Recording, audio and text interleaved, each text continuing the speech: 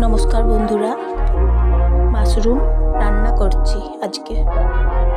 প্রথমে মাশরুম আমি ভেজে নিয়েছি, বেশ ভালো করে সরষের তেল দিয়ে ভেজে নিয়েছি।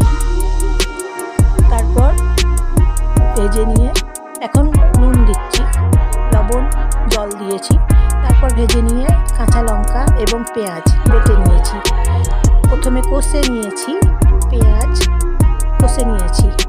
তারপর দিয়েছি ম্যাগি মশলা, পেঁয়াজ বাটা, লঙ্কা বাটা। রান্না করছি, হলুদ গুঁড়ো দিয়েছি।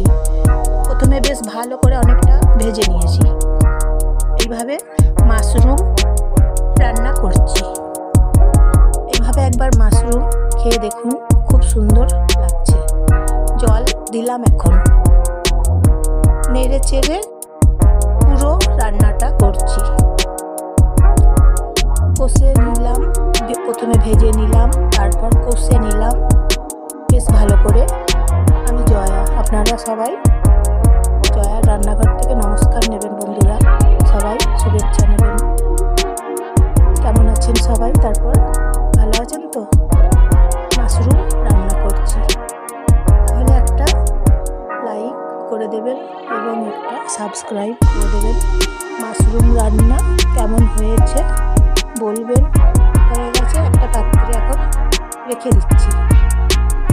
সবাইকে শেয়ার করে দেবেন। তাহলে ভালো থাকুন সবাই।